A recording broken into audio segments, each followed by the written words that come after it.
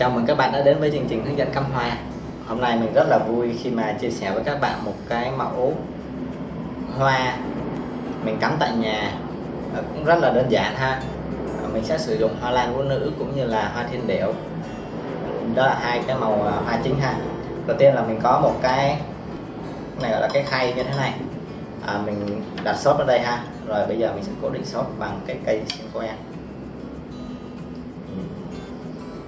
Để cố định xốp bằng cây sen que, bạn chỉ cần đâm xiên ngang vào thôi. Mình dùng hai cây thì cái miếng xốp của mình nó sẽ chắc. Rồi bước tiếp theo á là các bạn chuẩn bị cho mình là 3 cái mảnh. Bạn nào chưa biết đan mảnh ha thì hãy coi lại cái video hướng dẫn đan mảnh của mình ở đây ha. Mình sẽ hướng dẫn đan mảnh bằng cây thủy trúc. Bây giờ mình sẽ cắm cái đan mảnh này vô.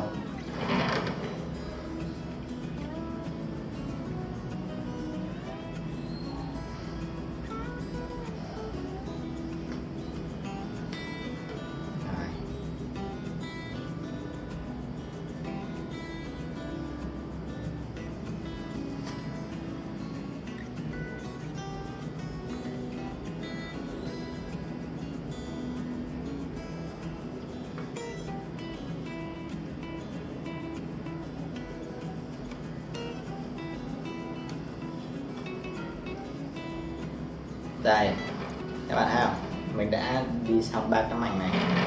Đây là mặt sau này, mặt trước.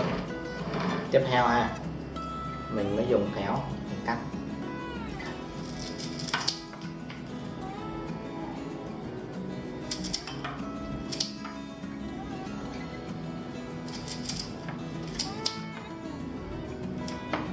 Ở đây là mình đang cắt zigzag đó các bạn, xuống này lên xuống.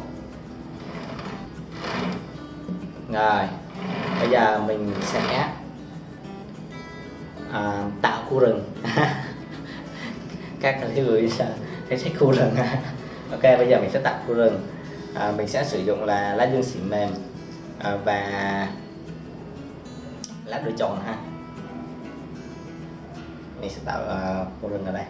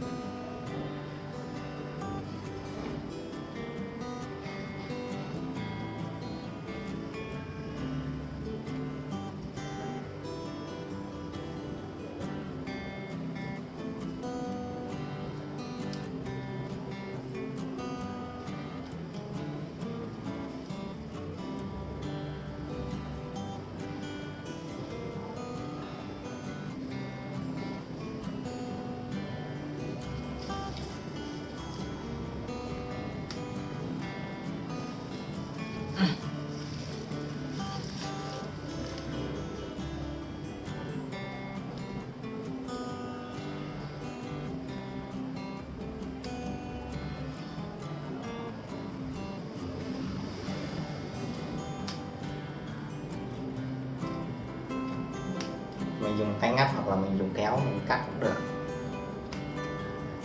tùy các bạn thấy thích. Các bạn thấy thích kiểu gì các bạn làm vậy.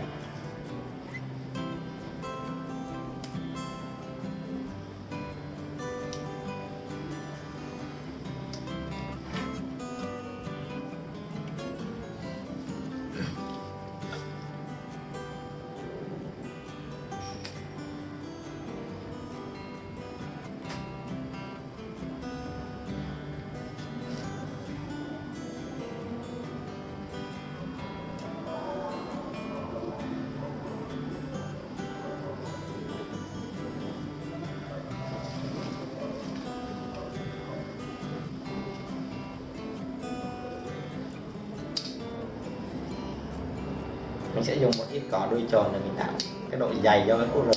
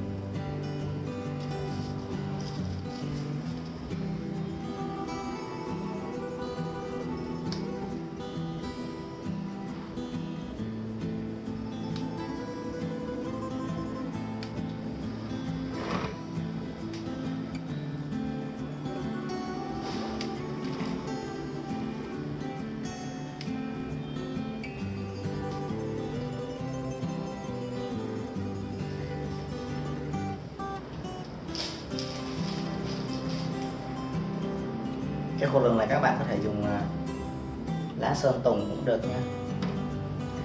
Lá sơn tùng cũng rất là đẹp.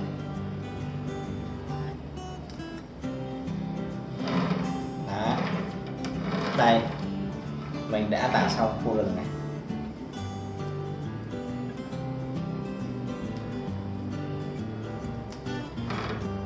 Rồi, bước tiếp theo ha, mình sẽ dùng hoa lan vũ nữ để mà mình cắm bên cạnh.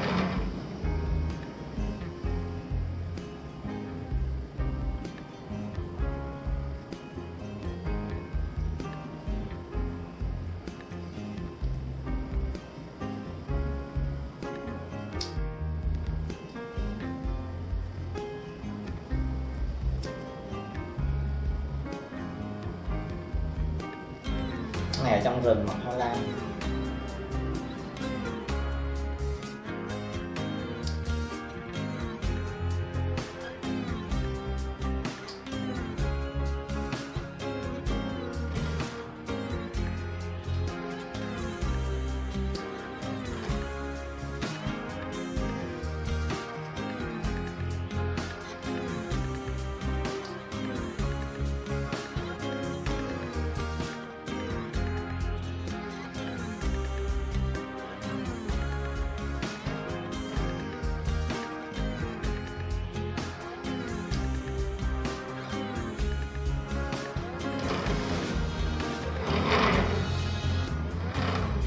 Đây, mình đã cắm xong hoa lan vũ nữ ha.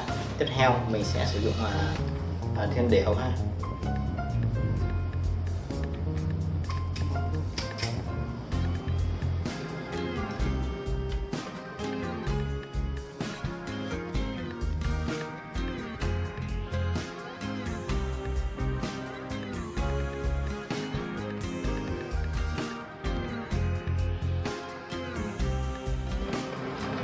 Đây là cách mình cắm hoa thiên điệu. Đó. Để mà cho cái phần bên này á, nó nổi bật cái hoa thiên điệu này lên, mình sẽ sử dụng cái bông chuỗi ngọc ở bên đây. Đó,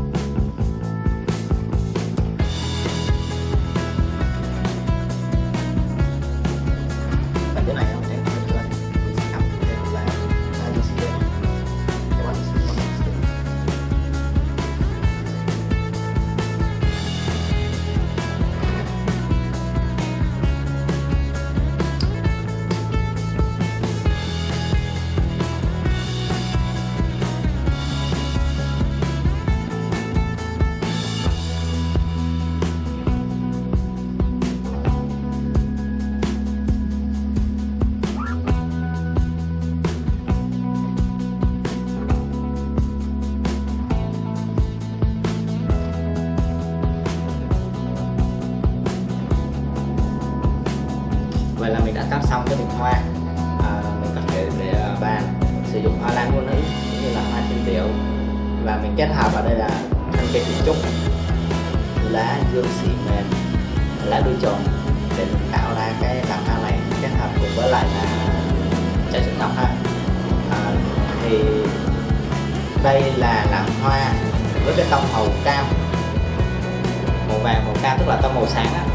Thì cái bình hoa này mà mình mà đưa vào trong nhà của mình sẽ cảm thấy là cái nhà của mình rất là ấm cúng, như là rất là nổi bật ha. Nếu như mà các bạn thích cái video này thì hãy nhấn like, share và comment cho tụi mình có thêm ý kiến ha. Xin chào và hẹn gặp lại các bạn trong những video tiếp theo. Xin chào và hẹn gặp lại.